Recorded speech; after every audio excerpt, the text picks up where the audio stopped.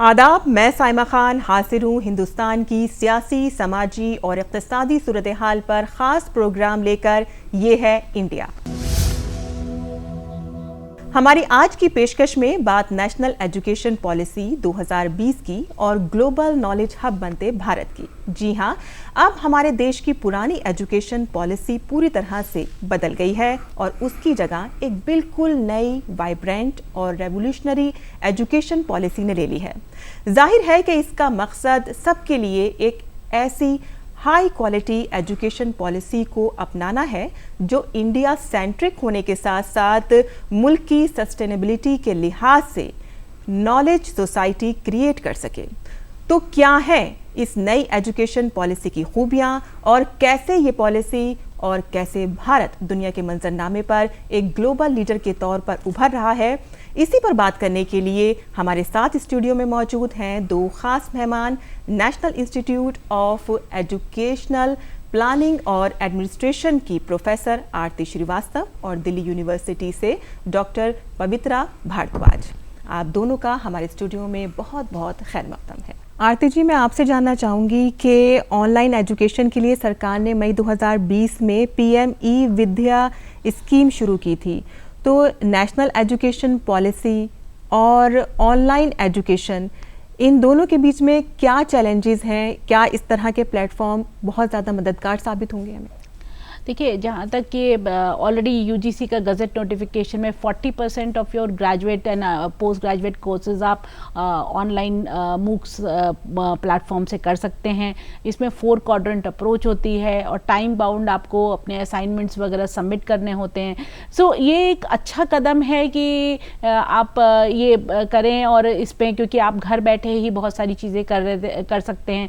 तो cost effectiveness की बात तो आती ही है, लेकिन इनिशियल इन्वेस्टमेंट बहुत हाई है, क्योंकि इनिशियली आपको ये सारे प्लेटफॉर्म्स बनाने होंगे और अपने टीचर्स को ट्रेन करना होगा कि वो कोर्सेज इन प्लेटफॉर्म्स पे डालें और जो यूज़र किस पॉइंट ऑफ व्यू से है उनको ट्रेनिंग देनी पड़ेगी कि कैसे वो लोग करें। यंग जनरेशन जल्दी सीख जाती है, लेकिन टीचर्स को कि ऑनलाइन कोर्सेज बनाने के लिए ट्रेनिंग करनी पड़ेगी और उतना इक्विपमेंट, उतनी बैंडविड्थ, उतना बिजली का प्रोविजन, क्योंकि आज भी हम देखते हैं कि बहुत बार जो आप क्लास लेते हैं तो उसमें कैमराज ऑफ हैं और हम लोग जैसे ही नाम लेके पूछते हैं कि आप बताइए व्हाट वाज बीइंग टॉट, तो वो लोग कह देते हैं मैम इंटरनेट की कमी। तो हम नहीं जानते कि हम जो क्लास ले रहे हैं उसमें बच्चे कितना सुन पा रहे हैं, क्योंकि वो कई बार जेन्युइन रीजंस के भी वो ऑफ रहता है, कनेक्टिविटी इश्यूज, कई बार इसका बहाना भी, उसकी आड़ में भी बच्चे ना पढ़ने वाले नहीं पढ़ते हैं। सो ये बहुत बड़ा चैलेंज है फॉर ऑनलाइन लर्निंग। और कौन असाइनमेंट्स कर रहा है, कौन अपलोड कर रहा है, एंट्रेंस में भी यही हो रहा है कि आप प्रॉक्टरिंग में देख पा रहे हैं कि कौन बच्चा क्या लिख रहा है, बट अपलोड क्या हुआ है उसमें बहुत सारे लूप होल्स हैं, गैप्स हैं कि हमने किसी जानकार वक्त से लिखवा करके अपलोड कर दिया। तो ये सारी चीज़ें, क्योंकि हमारे इंडियन साइके में थोड़ा सा प्रोफेशनलिज्म कम है, ऑनेस्टी कम है, तो जब एक ओपन एग्जाम में इतनी चीटिंग वगैरह के केसेस हम लोग देखते हैं तो ऑनलाइन में तो इसकी और पॉसिबिलिटीज बढ़ जाती हैं डिस्पाइट प्रॉक्टरिंग, जो कि आजकल कहते हैं कि नहीं प्रॉक्टरिंग करना पड़ेगा। So these are very many challenges. Also जो हर चीज़ जो है ना, जो हम लोग ऑनलाइन मोड में कहते हैं कि पढ़ सकते हैं, I think a direct interface with teacher is a non negotiable, right. एक टीचर से, क्योंकि कई बार टीचर्स के ही रहने से ही हमें सब्जेक्ट में इंटरेस्ट आ जाता है, क्योंकि टीचर ने उसको किस तरह से पढ़ाया है, उसकी कंप्लीट पर्सनालिटी, कंप्लीट पैकेज होता है जो हमें अट्रैक्ट कर लेता है। नंबर ऑफ हमारी चॉइसेस कई बार उसी से डिटर्मिंड हो जाती हैं कि ये टीचर बहुत अच्छा पढ़ा रहा है, so I am like more oriented to this course.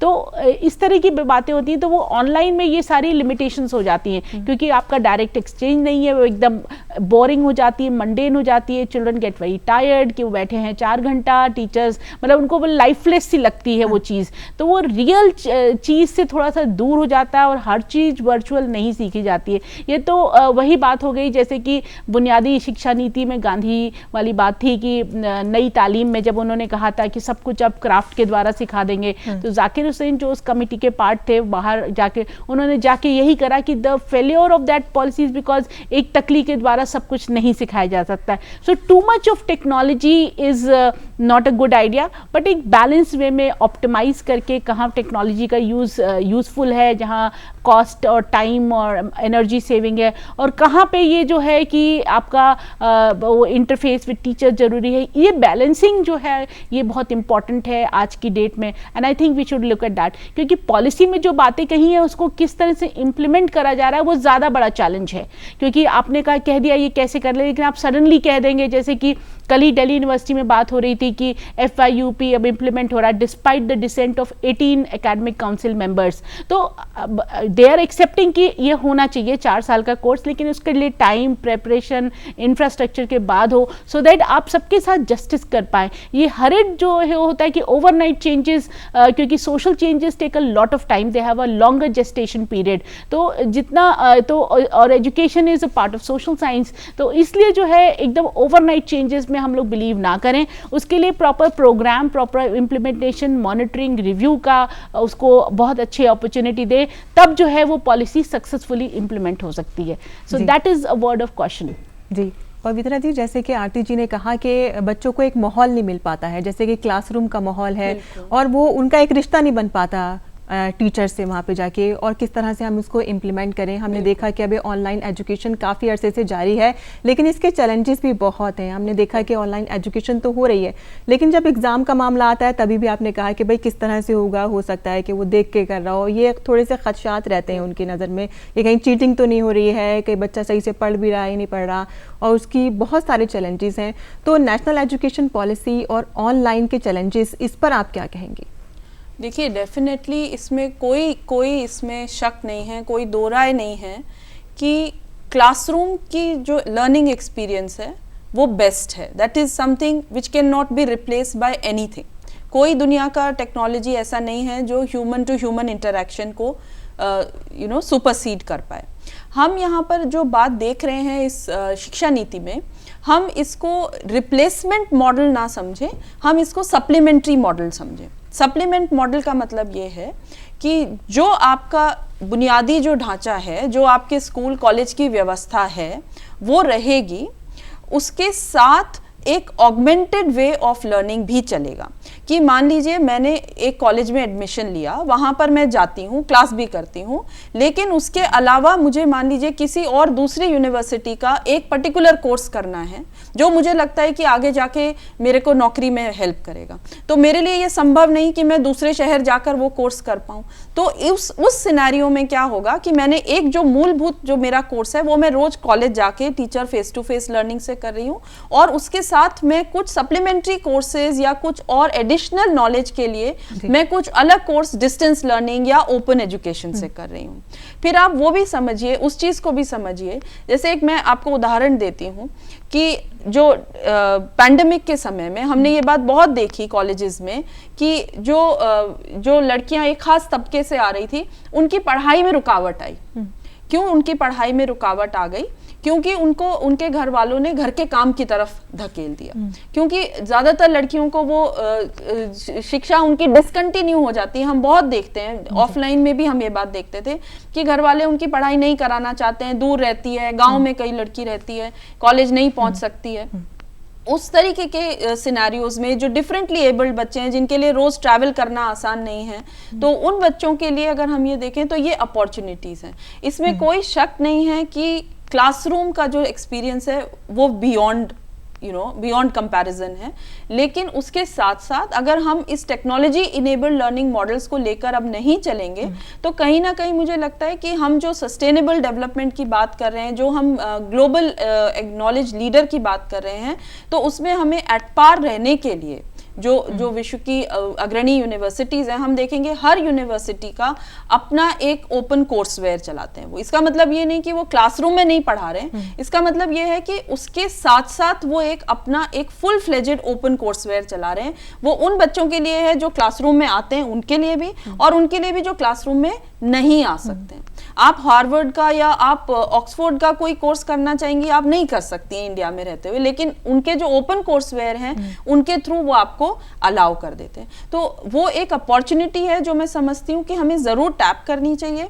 और नई शिक्षा नीति में हम बात कर ही रहे हैं, बहुत बहुत पुरजोर तरीके से इंटरनेशनलाइजेशन की बात करें, शिक्षा का अंतरराष्ट्रीयकरण की बात कर रहे हैं, जिसमें हम ये कह रहे हैं कि बाहर की यूनिवर्सिटीज इंडिया में आएंगी, इंडिया की यूनिवर्सिटीज जो एमिनेंस की यूनिवर्सिटीज हैं वो बाहर के कैंपसेस में जाएंगी। तो उस सिनेरियोज में भी मुझे लगता है कि ये सारी चीजें हमें ऐड करेंगी, क्योंकि वहाँ के स्टूडेंट्स को अट्रैक्ट करने के लिए अगर आप स्टेट ऑफ द आर्ट चीज़ें नहीं ऑफर करेंगे तो मुझे डर है कि कितने स्टूडेंट्स बाहर के विदेशी छात्रों को आप अट्रैक्ट कर पाएंगे। एज इट इज़ जो डेटा है वो दिखा रहे हैं कि भारत में पढ़ने आने वाले विदेशी छात्रों की संख्या में कमी आती जा रही है। जितने पहले आते थे आजकल उतने नहीं आ पा रहे हैं। तो अगर आप अपने आप को अपडेटेड नहीं रख पाएंगे, अगर आप अपने आप के अंदर बदलाव नहीं लाएंगे समय के अनुसार, तो उसके अंदर आपको समस्या हो सकती है। जी आरती जी, जैसे कि पवित्रा जी ने कहा कि ये बहुत अच्छी बात कही इन्होंने कि जैसे बाहर की यूनिवर्सिटीज़ को यहाँ मौका दिया जा रहा है कि आप यहाँ पर आके अपनी यूनिवर्सिटीज़ कायम करें और यहाँ की यूनिवर्सिटीज़ को भी बाहर प्रमोट किया जाएगा। तो इस तरह से एक कंपटीशन हम देखने को मिलेगा, जैसे कि जाहिर सी बात है कि यहाँ पर भी वो यही चाहेंगे कि भाई हमारी यूनिवर्सिटीज़ अच्छी हों ताकि बाहर के बच्चे यहाँ पर आके पढ़ें और हमारे बच्चे बाहर जाके पढ़ें।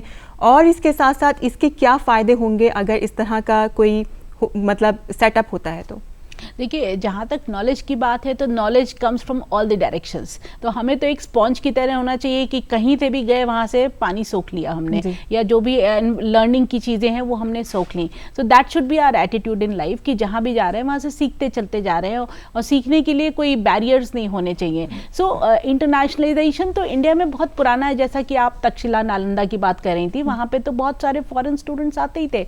तो इंटरनेशनल के 4 तरीके होते हैं। एक में जिसमें स्टूडेंट जाते आते रहते हैं, तो उसमें आप देखेंगे कि इंडिया में के स्टूडेंट्स बाहर ज़्यादा जा रहे हैं, बाहर से आने वाले स्टूडेंट्स कम हैं। और बाहर से आने वाले स्टूडेंट्स कम हैं और जिस कंट्रीज से आ रहे हैं तो ज़्यादा यूरेशिया और अफ्रीकन कंट्रीज से आ रहे हैं, क्योंकि उनको लगता है कि इंडिया में शिक्षा बहुत सस्ती है। तो cost is the major reason, not the quality. Secondly, अगर आप देखेंगे कि किस एरिया में आ रहे हैं, तो ज़्यादातर वो आ रहे हैं पढ़ने के लिए हिंदी, संस्कृत, इस तरह के सब्जेक्ट्स पढ़ने के लिए जो बहुत हाईली वो हायरार्की में जो हाई सब्जेक्ट्स हैं, जैसे आप देखेंगे कि साइंस, टेक्नोलॉजी, इकोनॉमिक्स, वो पढ़ने के लिए यहाँ नहीं आ रहे हैं। So that is also there. In fact हमने पब्लिश भी किया है और बहुत सारी चीज़ें हैं कि किस तरह से हम लोग अट्रैक्ट करें स्टूडेंट्स, कि जिससे कि वो लोग आएँ, और उनकी सेफ्टी सिक्योरिटी, बिकॉज इंडिया का जिस तरह से कई यहाँ मुद्दे आ जाते हैं तो स्टूडेंट्स फील वेरी इनसिक्योर कि यहाँ आएंगे, सेफ्टी कंसर्न्स कहते हैं, एंड वेरी दिस थिंग। तो यूएस और ऑस्ट्रेलिया वगैरह में यही है कि is it a safe country for girls, specially लड़कियों के लिए स्पेशली पूछा जाता है कि गर्ल्स हैं, क्योंकि उनके पास जो मीडिया रिपोर्टिंग है वो इतनी पॉजिटिव नहीं जाती है। सेकेंडली, टीचर मूवमेंट भी रहा है, और अब all the more teacher movement अब हो गया है with the opening of the borders. आप देखते हैं कि आए दिन बड़ी बड़ी यूनिवर्सिटी कॉलेजेस के टीचर्स जाते हैं, आते हैं। There are Fulbright programmes, there are Commonwealth programmes, आप इंटर मिनिस्ट्रियल प्रोग्राम्स होते हैं, आप इधर से उधर जाते रहते हैं, तो देखते हैं कि teachers move. Third is that the programmes moved, आपके 2 ट्विन डिग्रीज आजकल आ रही हैं, जैसे कुछ यहाँ की यूनिवर्सिटी, कुछ बाहर, वो ज्वाइंट डिग्री प्रोग्राम्स की बात है। तीसरा है कि कैंपसेस मूव। तो कैंपसेस मूव में अभी फिलहाल इतना ओपन अभी उसके क्लियर गाइडलाइंस नहीं आई हैं। हमारी यूनिवर्सिटी ने एक टॉप 200 यूनिवर्सिटीज़ का सर्वे करा है, which is available on our website. तो उसमें यह है कि none of them are interested in coming to India as such, क्योंकि ये तो हमारी बात हार्वर्ड से और कई टॉप लेवल इंस्टीट्यूशन से हुई है, जैसे कि नहीं, क्योंकि आप कोई भी एक्सीलेंस की चीज़ को रेप्लिकेट नहीं कर सकते, उसकी क्लोनिंग नहीं कर सकते। जो एक जितना एक्सीलेंस होगा वो आपका यूनिक है, तो वो आप उसको दोबारा आप हार्वर्ड कैंपस इंडिया में नहीं बना सकते, क्योंकि जो हार्वर्ड के फीचर्स हैं वो धीरे धीरे कल्चरली ग्रो करते हैं और इवॉल्व करते हैं। और एक हार्वर्ड कहने से, वो खाली बिल्डिंग बनाने से हार्वर्ड नहीं हो जाएगा। It's the faculty, it's the kind of students they get that make, वो सारी एनर्जी कंबाइन होकर सिनर्जी बनती है टू मेक इट या हार्वर्ड और ऑक्सफोर्ड। तो इस तरह से करके तो क्लोनिंग जो है वो पॉसिबल नहीं है, and very top universities have outrightly said no. जो आएंगी भी तो वो कमर्शियल रीजन से आएंगी कि इंडिया में क्योंकि डेमोग्राफिक बल्ज है, द यूथ पॉपुलेशन बहुत है, तो वो कमर्शियल रीजन से आएंगी कि यहाँ पे जैसे भी यूनिवर्सिटी खोल दो स्टूडेंट्स तो मिल ही जाएंगे। तो ये नॉन फेल्योर बिजनेस वेंचर है। Number of private universities have come up in India, I will not like to name them, लेकिन वो इसलिए आए क्योंकि उनका एक्सपोर्ट का बिजनेस फेल होगा, उन्होंने यूनिवर्सिटी कर दी, ब्रांच कैंपसेस कर दिए, कैंपसेस अब्रॉड भी कर दिए, because it is a non failing kind of a venture. ये आप तो इस तरह की चीज़ें एजुकेशन के बारे में हैं, चाहे आप प्ले स्कूल खोलें चाहे यूनिवर्सिटी, फेल कभी नहीं होगा क्योंकि बच्चे बढ़ रहे हैं और एस्पिरेशंस बढ़ रहे हैं मिडिल क्लास के, कि आपके सब लोग चाह रहे हैं कि भाई अगर हम सरकारी स्कूल में पढ़े तो मेरा बच्चा इंग्लिश स्कूल में जाए, और या मैं अगर खाली बीए पास हूँ तो मेरा बच्चा कम से कम एमए तो हो। तो वो एस्पिरेशंस भी मिडिल क्लास के बढ़ रहे हैं और नंबर्स भी बढ़ रहे हैं। So therefore this is an for profit sector. Ji Pavitra ji, Aarti ji ने बात की है वो मिडिल क्लास की, वो बार बार बात कर रही थी, लेकिन हमारे हिंदुस्तान में हम ये नज़रअंदाज नहीं कर सकते क्योंकि हमारा एक रूरल एरिया भी है जहाँ पर कई सारे एजुकेशन को लेकर बहुत ज़्यादा चैलेंजेस हैं हमारे सामने। तो ये जो हमारी नेशनल एजुकेशन पॉलिसी जो 2020 आई है उसमें इसमें कितना स्पेस है, उसको हम किस हद तक देख सकते हैं? देखिए, ये जो आप एक चीज़ को और देखिएगा कि हमारे जो पीएम हैं वो बार बार हमारे स्टूडेंट्स को ये तरकीब देते रहे हैं, ये पैगाम देते रहे हैं कि भाई आप वहाँ पर भी जाइए और वहाँ पर भी उन लोगों को मतलब एजुकेशन लेने के लिए मतलब सीख दीजिए, उनको कुछ पढ़ाइए जाके वहाँ पर। जी जी, देखिए ये बात हम सभी एक्नॉलेज करेंगे कि एस्पिरेशंस जो हैं एजुकेशन को लेकर, अगर आप थोड़ा भी रिसर्च करें गांव की तरफ, तो आप ये देखेंगे कि गांव में आज के दिन शिक्षा के प्रति लोग बहुत जागरूक हैं। मतलब वो चाहते हैं कि उनके बच्चे पढ़ें और वो उस विशेष सर्किल से निकल जाएं जिसमें वो फंसे हुए हैं। तो गांव के लोग मैंने यहाँ तक अपने पर्सनल एक्सपीरियंस से देखा है कि वो अपने खेत की ज़मीन को भी बेचकर अपने बच्चों को, अगर अच्छी जगह एडमिशन हो जाता है तो वो उसकी फ़ीस भरने के लिए किसी भी हद तक जाते हैं, कोई भी कुर्बानी देकर वो फ़ीस जमा कराना चाहते हैं। तो डेफिनेटली गांव के बच्चों में, जो कि मोदी जी ने भी ये इस बात को बहुत कई बार उन्होंने इस बात को एक्नॉलेज किया है कि जो रूरल इंडिया है उसमें टैलेंट जो है वो इतना भरा हुआ है, बस उसको एक फोर्स की ज़रूरत है। तो हम ये उम्मीद कर सकते हैं, क्योंकि अब इसमें नई शिक्षा नीति में ये प्राइमरी जो एजुकेशन है, प्राइमरी एजुकेशन से पहले जो जिसे हम कहते हैं जो नर्सरी वाली जो एजुकेशन है, उसको इन्होंने ज़्यादा रोबस्ट बनाने की कोशिश करी है। अब इन्होंने उसके साल बढ़ा दिए हैं। जो पहले बच्चा सीधा पहली क्लास में जाता था सरकारी स्कूलों में, अब इन्होंने उसके आगे, जैसे प्राइवेट स्कूल्स में होता है प्ले ग्रुप, नर्सरी, प्रेप, अब ये उसको सरकारी उसका पार्ट बना रहे हैं। ये इसीलिए बनाया जा रहा है कि वो प्ले वे में बच्चा पढ़ाई करे। और ये भी बात चल रही है कि गाँव में जो आंगनबाड़ी है, जो गांव में जो केंद्र हैं, जो प्राथमिक केंद्र हैं, उनमें इस तरीके के खिलौने और इस तरीके के इक्विपमेंट्स प्रोवाइड किए जाएंगे जो कि बच्चों को एनकरेज करेंगे लर्निंग के लिए। जो कि जैसे हम जानते हैं कि बच्चे भागते हैं क्योंकि उन्हें समझ में नहीं आ रहा है, इसी में एक वो है कि मदर टंग में उनको शिक्षा दी जाएगी कि जो बच्चा जिस भाषा को बोल रहा है, सुन रहा है, उसको उसी में शिक्षा दी जाए। तो ये पॉलिसी जो है ये उसकी तरफ बच्चों को एक शुरू में जो एक नर्चरिंग चाहिए, जो शुरू में एक उनको शिक्षा के प्रति एक इंटरेस्ट जगाने की बात है कि नहीं, ये पढ़ाई एक बोझ नहीं है, ये एक खेलते कूदते करने की और सीखने की एक जगह है जो स्कूल में जा रहा हूँ। तो अगर वो शुरू के 4-5 साल में वो बच्चे का एक ओरिएंटेशन आप उस तरीके से बना देते हैं, जो कि इसमें बहुत इसमें एडवोकेट की जा रही है ये बात कि इनिशियल जो ईयर्स हैं लर्निंग के, वो बहुत बहुत इंपॉर्टेंट होते हैं एक बच्चे की ब्रेन की कंडीशनिंग को करने के लिए।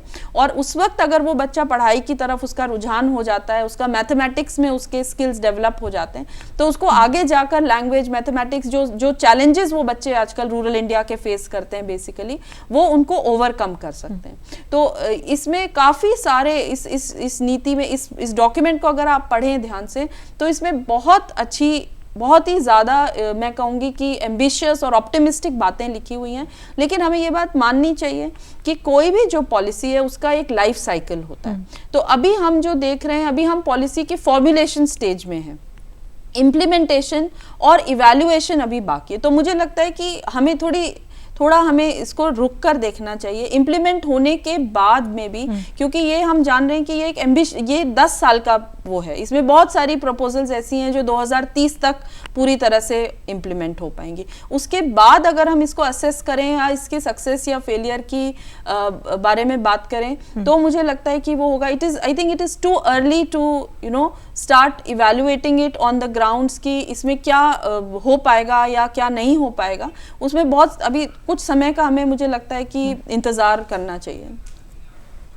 जी आरती जी, मैं आपसे जानना चाहूँगी कि जिस तरह से 6th क्लास के बाद इसमें वोकेशनल ट्रेनिंग की बात कही गई है, और आप जानती हैं कि हमारी जो बच्चियां हैं वो कितनी हुनरमंद होती हैं, उनको कितना सीखने की उनके अंदर चाह होती है, वो चाहती हैं कि अलग अलग तरह की हम ट्रेनिंग हासिल करें, स्किल हासिल करें, और उनके पेरेंट्स की भी यही ख्वाहिश होती है। तो इसमें जो नेशनल एजुकेशन पॉलिसी है, इसमें जो ये स्किल का जो एक स्टेप रखा गया है, वो कितना फ़ायदेमंद होगा ख़ासतौर पे हमारी बच्चियों के लिए? हाँ, ये जो वोकेशनल पार्ट है इसको अभी तक बहुत सीरियसली वोकेशनल एजुकेशन की बात कही जा रही थी, लेकिन बहुत सीरियसली नहीं ली जा रही थी। लेकिन अब इस पॉलिसी में पहली बार हम देखते हैं कि एक डिमार्केटेड उनको डिलीनेट करा गया है possibilities of taking up vocational education. तो उसमें मतलब in general even for boys, because हर आदमी के लिए उच्च शिक्षा नहीं है, तो वो अपना ये जर्मनी का मॉडल है ट्वाइनिंग, जिसमें कि हर 9th क्लास का बच्चा एक इंडस्ट्री से अटैच हो जाता है, वो तब से ही मतलब वो फेमिलियर है एक इंडस्ट्री से, और उसी में फिर अगर उसका इंटरेस्ट होता है तो उसी में कंटिन्यू होने के उसके चांसेस रहते हैं। तो वो जैसे जैसे आगे बढ़ता जाता है, इंडस्ट्री के साथ काम करता जाता है, तो जो उनको स्किल गैप्स जो हमारी अब बहुत आ रहे हैं कि स्किल गैप्स हैं, क्लोजिंग द गैप्स कैसे करने चाहिए और क्या क्या मॉडल्स देखने चाहिए, तो उसमें ये बहुत अच्छा है कि ये अनएम्प्लॉयमेंट की प्रॉब्लम सॉल्व करेगा और ये करेगा। और हर एक आपने बच्चियों का सवाल करा, तो बच्चियों को क्या है कि पढ़ा लिखा देते हैं, 10th करवा दिया, 12th करा दिया, शादी करा दिया, but they back to the square one कि वो घर का ही काम कर रही हैं और डोमेस्टिक वर्क कर रहे हैं जो कि अनपेड है। हाँ, हालांकि बहुत आवाज़ उठती है एट वेरियस लेवल्स की domestic work should also be paid, तो उसकी बात है, लेकिन आज तक तो अभी तक नहीं हो पाया है। तो उसमें जब ये बच्चियां जब आगे जा करके अपने आगे रोल्स में होंगी, तो ये लोग जब है इंडिपेंडेंटली वोकेशनली ट्रेंड होंगी, तो ये साइमल्टेनियसली ये सारे कुछ काम कर सकती हैं। डिफरेंट टाइप ऑफ वोकेशनल जिसमें वो ट्रेन हुई हैं, चाहे वो हुनर रिलेटेड स्टिचिंग के लिए हो, कपड़ा स्टिचिंग या ब्यूटी पार्लर कोर्सेज का हो, व्हाटएवर, तो ये इसमें ये अपना थोड़ा बहुत कर सकती हैं। They can manage their lives, also get economic independent which is the basis for all independence. कि आप इकोनॉमिकली जब होते हैं तो आपको आप कॉन्फिडेंट होते हैं लाइफ में कि आपको किसी से पैसा नहीं मांगना और आप अपनी ज़रूरतें पूरे कर सकते हैं या अपने परिवार की ज़रूरतें, तो आप बहुत कॉन्फिडेंट हो जाते हैं। तो ये बच्चों को विमेन एम्पावरमेंट के लिए बहुत अच्छा होगा। It will add to the economy because per capita income बढ़ेगी, पर कैपिटा इनकम बढ़ने से हमारी नेशनल इनकम राइज होगी और ओवरऑल फिर हमारे जीडीपीज बढ़ेंगे, और GDP is the indicator for economic growth of that country. So ये बच्चियों का ही मामला नहीं है, बच्चे बच्चियों दोनों का मामला है, but it will empower the women section which is always till date is very very deficient. Ji Pavitra ji, जैसे मामला तो खैर दोनों का ही है, लेकिन जिस तरह से होता है कि हायर एजुकेशन तक हमने देखा है कि लड़कियां नहीं जा पाती हैं, उनके पेरेंट्स उनको ड्रॉप आउट करवा देते हैं, और ज़्यादातर वो उनके लिए यही पसंद करते हैं कि भाई आप कुकिंग क्लासेस कर लो, स्टिचिंग सीख लो, या फैशन डिज़ाइनिंग का कोर्स कर लो, इस तरह का कर लो जो तुम्हें फ़ायदा दे, इस तरह से के। लेकिन अगर पढ़ाई के साथ साथ उनका ये स्किल भी चल रहा है तो फिर क्या बुराई है? इसको आप किस तरह से देखती हैं? बिल्कुल, ये बहुत इम्पॉर्टेंट आपने क्वेश्चन पूछा है और बहुत पर्टिनेंट सवाल है ये, और इसकी तरफ मुझे लग रहा है कि वाकई में इसकी तरफ उतना ध्यान नहीं दिया गया, खासकर हमारे भारत जैसे इकोनॉमी में ये चीज़ बहुत इम्पॉर्टेंट हो सकती थी। और थैंकफुली अब ये कह रहे हैं कि 9th से 12th तक मैंडेटरी इंटर्नशिप्स होंगी, कि हर बच्चे को किसी ना किसी कंपनी में जाके इंटर्नशिप करनी ही होगी। तो वो अच्छी बात है कि अगर एक बच्चे को इंडस्ट्री एक्सपोजर एक अर्ली एज में मिल जाएगा तो उसको भी अपना डायरेक्शन तय करने के लिए मदद मिलेगी।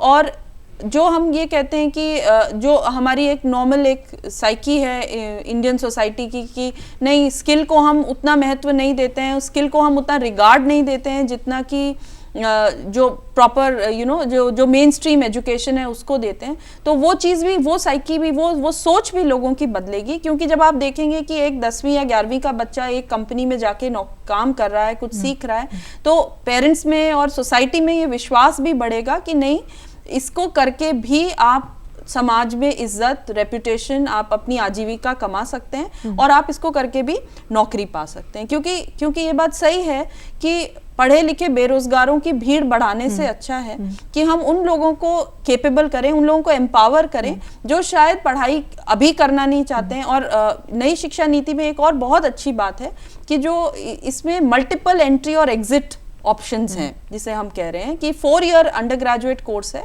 लेकिन ज़रूरी नहीं है कि मैं पूरे 4 साल एक साथ पढूं।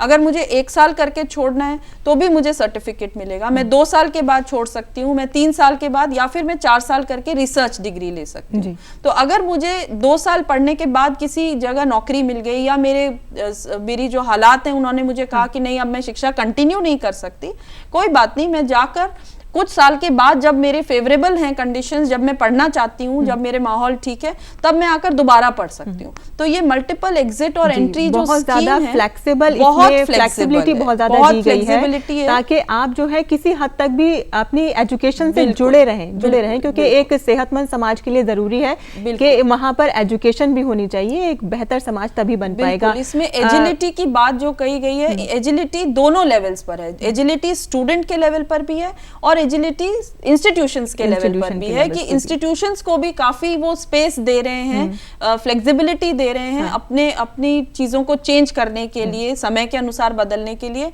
और स्टूडेंट के लिए भी बहुत सारे ऑप्शंस उन्होंने इस तरीके के रखे हैं इसमें, ताकि स्टूडेंट्स जो हैं वो अपने हालात, अपनी परिस्थिति, अपने इंटरेस्ट के हिसाब से अपनी एजुकेशन को प्लान और परस्यू कर पाए, कंटिन्यू कर सके। पवित्रा जी बहुत बहुत शुक्रिया, आपने बहुत अच्छा मतलब डिस्कशन किया और बहुत अच्छी तरीके से हमको समझाया। आरती जी आपने भी इतनी बहुत सारी बातें हमारे सामने रखी, बहुत अच्छा हमारा डिस्कशन रहा और आप दोनों का ही हम बहुत बहुत शुक्रिया अदा करते हैं। आप अपना वक्त निकाल कर यहाँ पर स्टूडियो में आई और हमारे साथ आपने ज्वाइन किया।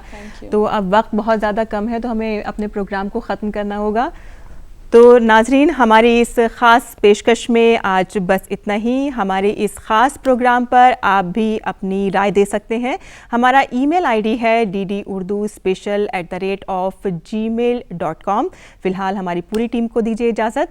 आदाब।